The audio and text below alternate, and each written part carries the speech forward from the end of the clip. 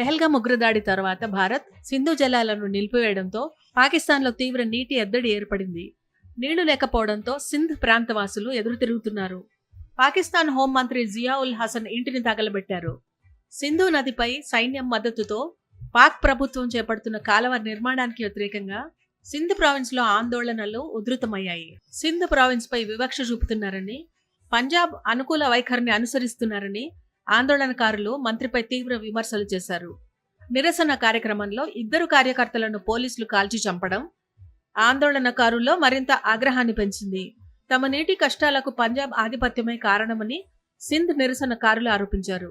Sindh national పార్టీకి చెందిన కార్యకర్త జహీద్ లగహరీతో పాటు మరో వ్యక్తిని మంగళవారం పోలీసులు కాల్చి చంపడంతో అక్కడ తీవ్ర ఉద్రిక్త పరిస్థితులు నెలకొన్నాయి. దీనికి ప్రతిగా ఉత్తర సింధ్లోని నౌషారా ఫిరోజ్ జిల్లాలో హింసాత్మక ఘటనలు జరిగాయి. ఆందోళనకారులు జాతీయ రహదారిని దిగ్బంధించి 2 ఆయిల్ ట్యాంకర్లకు నిప్పు పెట్టారు. సింధు నది నుంచి నీటిని పంజాబ్ ప్రాంతానికి మళ్లించడానికి తవ్వుతున్న కాలువ వల్ల తమకు భవిష్యత్తులో సాగునీటికి తీవ్ర కొరత ఏర్పడుతుందని ఆందోళనకారులు ఆరోపిస్తున్నారు. సింధ్ ప్రాంతంలో భద్రతను పెంచేందుకు పాకిస్తాన్ మిలిటరీ దళాలను రంగంలోకి దింపింది. ఆందోళనకారులపై కఠిన చర్యలు తీసుకుంటామని హెచ్చరించింది.